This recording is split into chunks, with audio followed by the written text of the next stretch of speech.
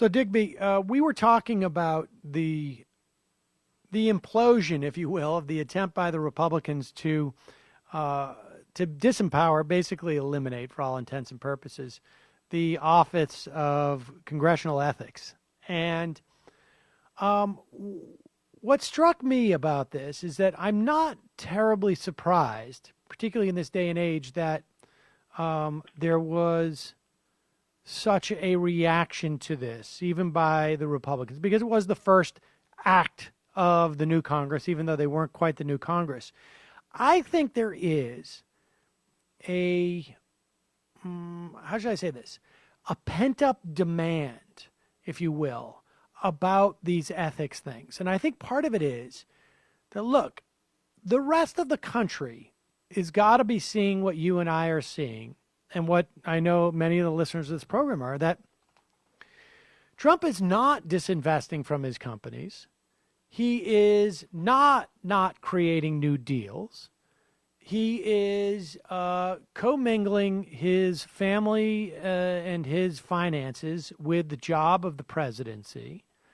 I think that the appointment, at least the nomination, of a bunch of billionaires with sort of murky split interests in the positions they've been put in, I think there is a very strong visceral reaction on the issue of ethics that is getting pent up because there doesn't seem to be a mechanism. And I think to a certain extent, it's not something that I don't know about you. It's not something that I contemplated that much, right? Mm-hmm. I mean, we all remember sort of Dick Cheney and Halliburton, how repugnant we thought that relationship was and how completely out of bounds it was and sort of stunning and whatnot.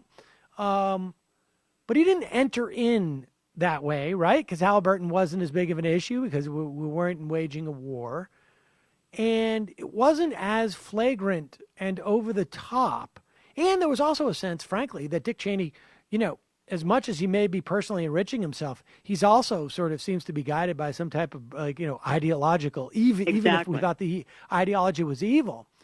And I think with Trump, what is becoming clear is there are no constraints, or there are very little constraints on a president in terms of what they can really get away with if they absolutely have no shame, no institutional parameters that are imposed upon them, no people in government. They're hanging around with Jimmy No Shoes on New Year's Eve. Who was convicted of a felony of receiving stolen art.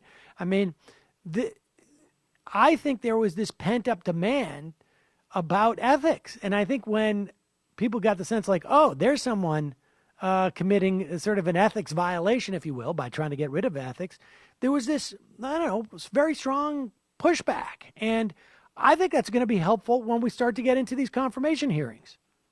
Well, I certainly hope so. And gosh, I hadn't really thought of it until you said that maybe this, it was an ongoing discussion during the campaign, right? I mean, we may not have talked about a lot of things of substance, but the idea of conflicts of interest and corruption and draining the swamp and all that in both campaigns were issues that came up. Now, Trump did not get the attention to his monumental conflicts of interest that he should have. I think that was a failure of the press on a massive scale.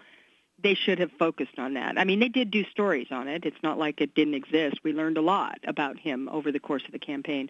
But there was not the kind of focus on what that would mean for him as president as that there should have been. And they should have pinned him down a lot more before the election about what he was going to do than they did.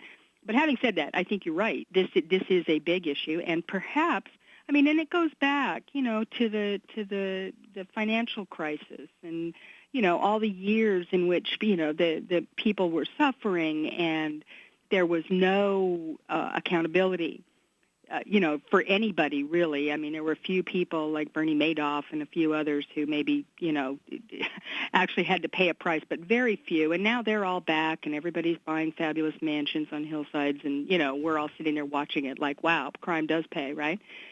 So I think maybe you're right, and if so, that's a hopeful sign, because this administration is going to be the most corrupt administration ever. And the people that he's appointing are coming right out of that same cesspool of corruption. I mean, these are people who, they are wide open for ethics charges. And by the way, from what I'm seeing and reading, apparently they're not being particularly well vetted by this transition. I know that comes as a shock to you because they're such efficient, business-like people who really dot all the I's and cross all the T's. But apparently they're not doing that. So they don't really know what they're getting to. If the Democrats are doing their job, and others, hopefully in the press and various, interest groups that do this sort of thing, are doing their job, there are going to be revelations in these hearings. And that could be very interesting.